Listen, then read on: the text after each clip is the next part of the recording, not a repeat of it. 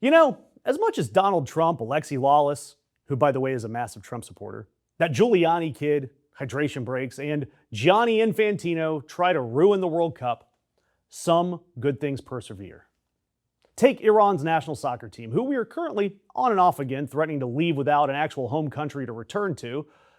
That team flew into Los Angeles this past weekend, played a World Cup match, and flew out the same night.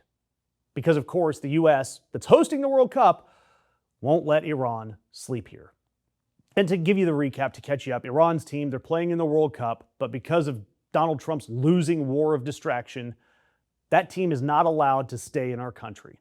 They're based now across the border in Tijuana, Mexico, and they have to fly into the U.S. the morning of a match, they play, and then they leave that same night. Several of their staff and their officials, they've been denied visas entirely.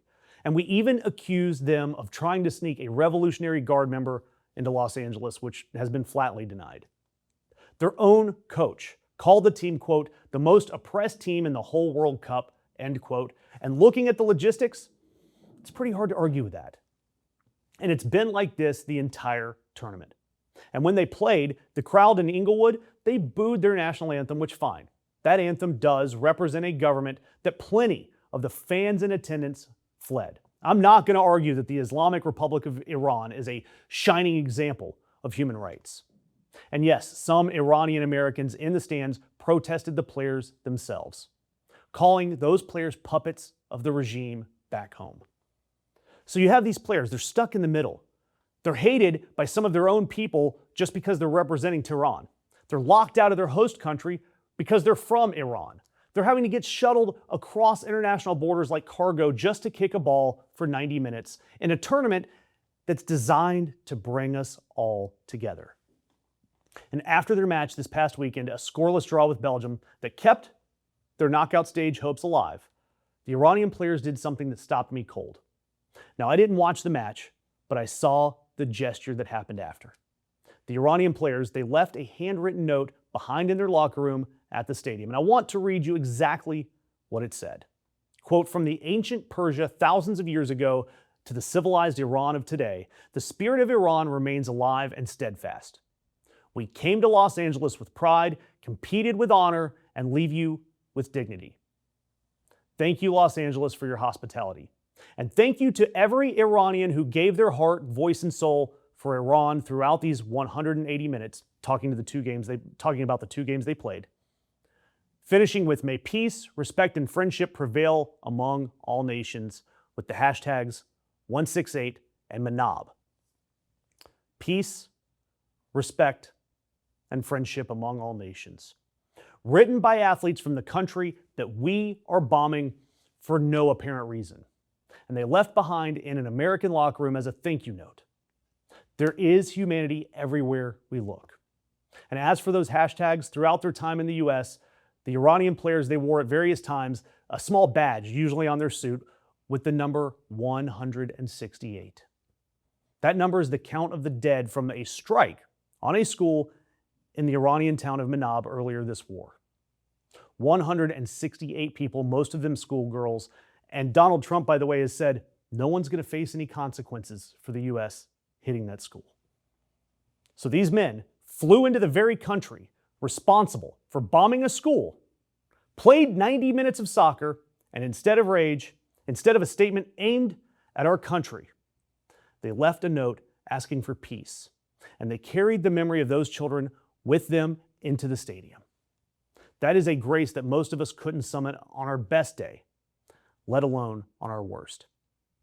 And I want you to contrast that, because at the exact same time that those players were writing, may peace prevail among all nations, Donald Trump was on Fox News telling Iran, you won't even make it back to your country.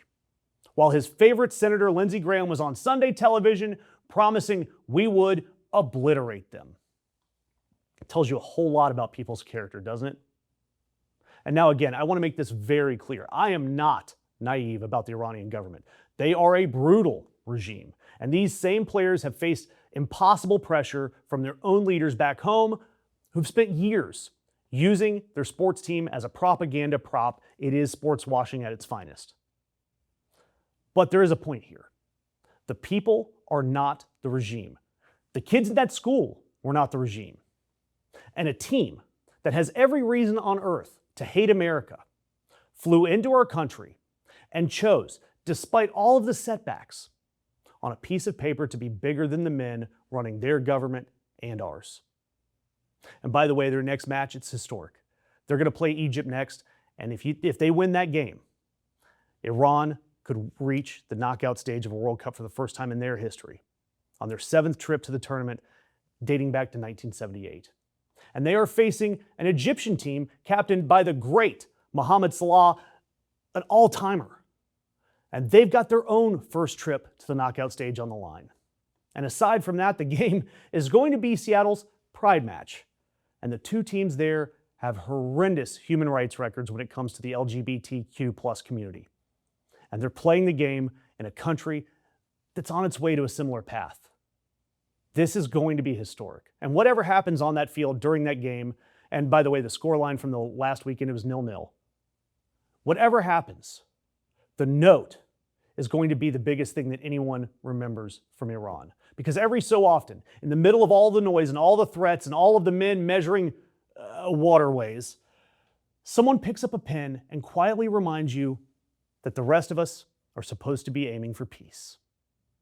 Do me a favor, subscribe and keep watching with us, because the stories that actually matter are almost never the ones with the loudest headlines. Oh, and by the way, seeing all these posts of the King of Highbury, Thierry Henry, along with Zlatan, absolutely clowning that MAGA dork known as Alexi Lawless, it's pure gold. In fact, that's the only thing, that would bring me back to watching the World Cup coverage.